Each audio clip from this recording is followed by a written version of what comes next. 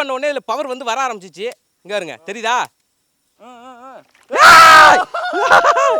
So தவறு கரு கரு கரு கரு தவறு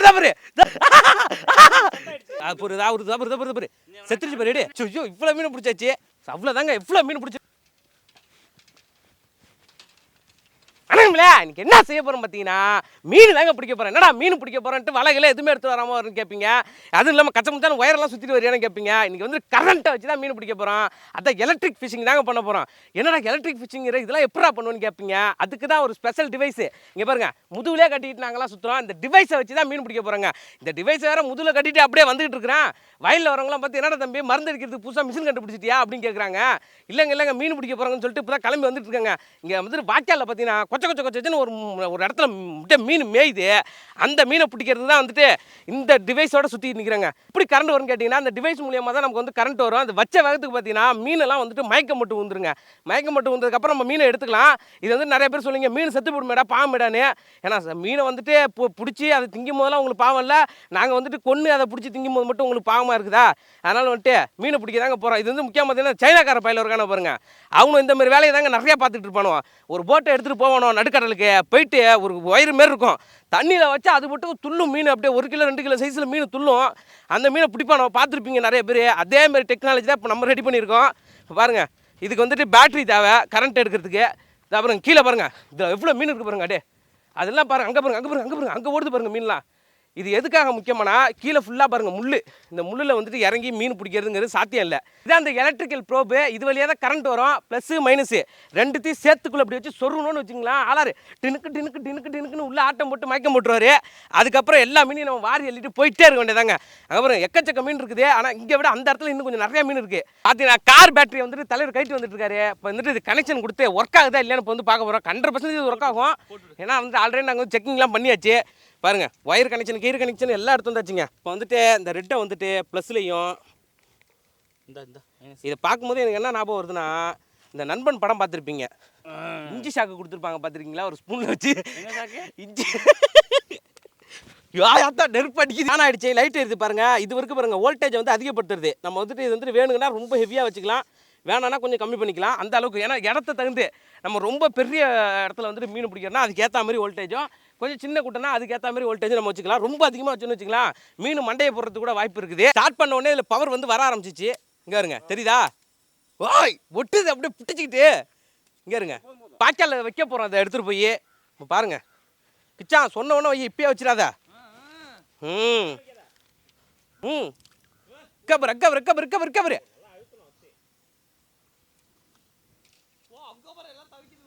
எல்லாம் ஓடுறாரு ஆளு. போடு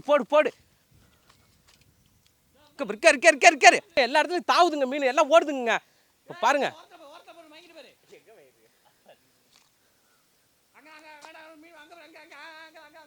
அட்டை போட்டு தாவுது எல்லாம். அங்கே பாருங்க அடிச்சு அட்டியில் பாருங்க. இங்கே பாருங்க, இதோ பாருங்க. நான் கூட நான் சும்மா நினச்சிட்டு இருந்தேன். இங்கே பாருங்க, ஏங்க கரண்ட் ஆஃப் பண்ணுங்க. கிச்சா எனக்கு வேலையை காட்ட பார்க்குறியா? கையை வைக்கும்போது எனக்கு வந்து ஆளை அவுட் பண்ணலான்னு பார்க்குறியா? இங்கே பாருங்க, உயிர் இல்லை, மயக்கத்தில் கிடக்குது, விரைச்சி போலங்க. இதோ பாருங்க, நல்ல மீனுங்க. இங்கே இருங்க, சுஜோ அட்டியில் ஒரு வந்துட்டு எப்படி இருக்கு பாருங்க. இது வந்து மடவ கண்ட மீன் நினைக்கிறேன். இன்னும் எக்கச்சக்க மீன் உள்ளே இருக்குது. எல்லாத்துக்கும் இன்றைக்கி வந்துட்டு ஃபுல்லாக வைக்கணுமா? அதில் பவர் ஏற்றுங்க.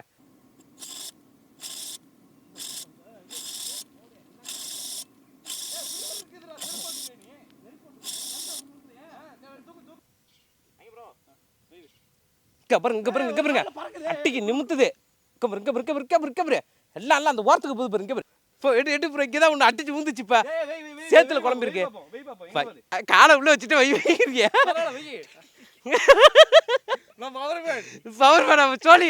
இங்கே இருக்க லைட்டாக வை ப்ரோ லைட்டாக கிச்சா குடு. இல்ல தெரியுதுல்ல, அப்புறம் என்ன உள்ள போயிட்டு நிக்கிறதுக்கு ஆசைப்படுறேன். தலை இங்கதான் தலை இருந்து தேடி பாரு. தலை வைங்க. இப்ப இங்க ஒரு மீன் திரும்ப இறக்குறியா? இங்கதான் பாரு, செத்து இந்த இடத்துல தான் ஊந்துச்சு. இப்பதான் பார்த்தேன், இது சேத்துல மறைஞ்சிருக்கு. சேத்துல தான் கிடக்கும் பாருங்க. இப்ப நல்லா அடிச்சிச்சு, திருங்குனுச்சு.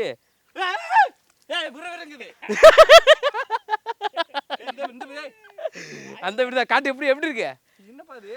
வாய் பொழந்துருச்சு. கரண்ட் சாக்கு அடிச்சா நம்ம மட்டும் வாய் பொழக்கலையா? அதே மாதிரி தான் 2 மீன் தாங்க மாட்டினுச்சு. இங்கே பாருங்க அந்த சின்னோண்டு இருக்குது. என்னடான்னு இறங்கி வந்து பார்த்தா கொச்ச கொச்ச கொச்சன்னு இங்கே பாருங்க எவ்வளோ மீன் மேயுது பாருங்க.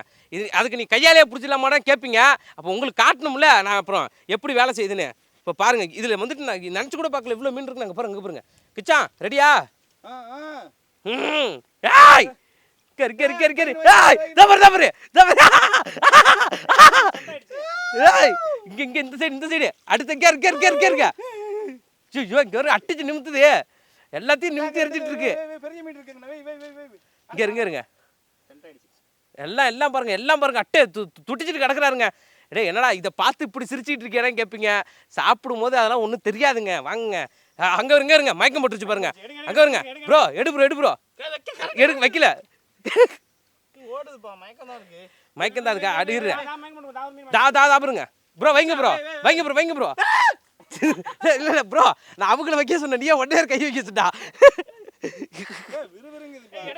எடு வைக்கிறேன். வச்சதுக்கு அப்புறம் எடு ப்ரோ. வைங்க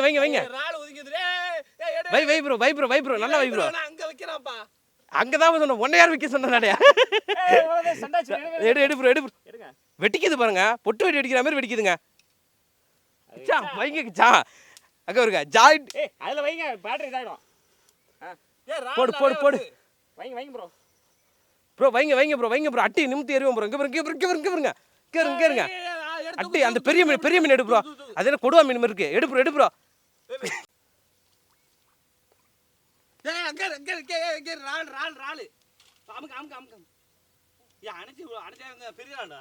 பெரிய ராளா? செத்துருச்சு பாரு. எடு எப்ப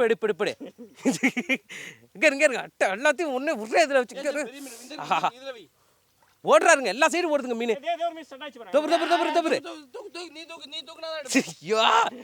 என்ன ப்ரோ அவ்வளவு உஷாரா இருக்கிறியே? உஷாரா இருந்தா என்ன செய்ய?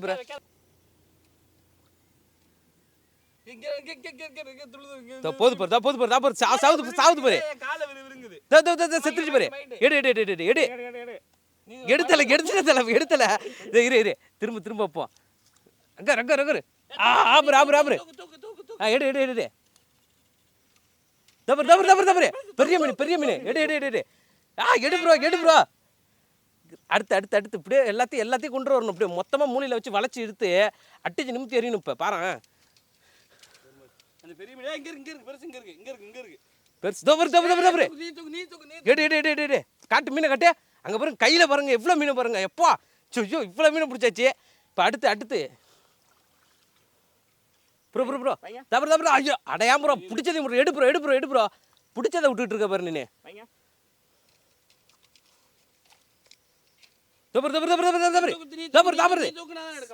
ஏன் ப்ரோ கெட்டு ப்ரோ டக்குன்னு கையை இறத்த அடிச்சாலும் பரவாயில்ல எடுக்கணும் ப்ரோ. விறுவிறுங்குது காலுக்கே விறுவிறுங்குதா? தவறு எடு மயக்கம் மட்டும் கிடக்கு பாரு. எடுத்துக்க அந்த சைடு போவோம். வா அப்படியே ஓடுது. தவறு எடு தவணு மயங்குது பாரு. எடு தவணு மயங்குது பாரு. பாருங்க அவ்வளோதாங்க எவ்வளோ மீன் பிடிச்சிருக்கேன் பாருங்க. எல்லாம் வந்துட்டு இப்போ பிடிச்சது பாருங்க அப்படி துடிச்சிட்டு நிற்கிறாரு பாருங்க எல்லாம்.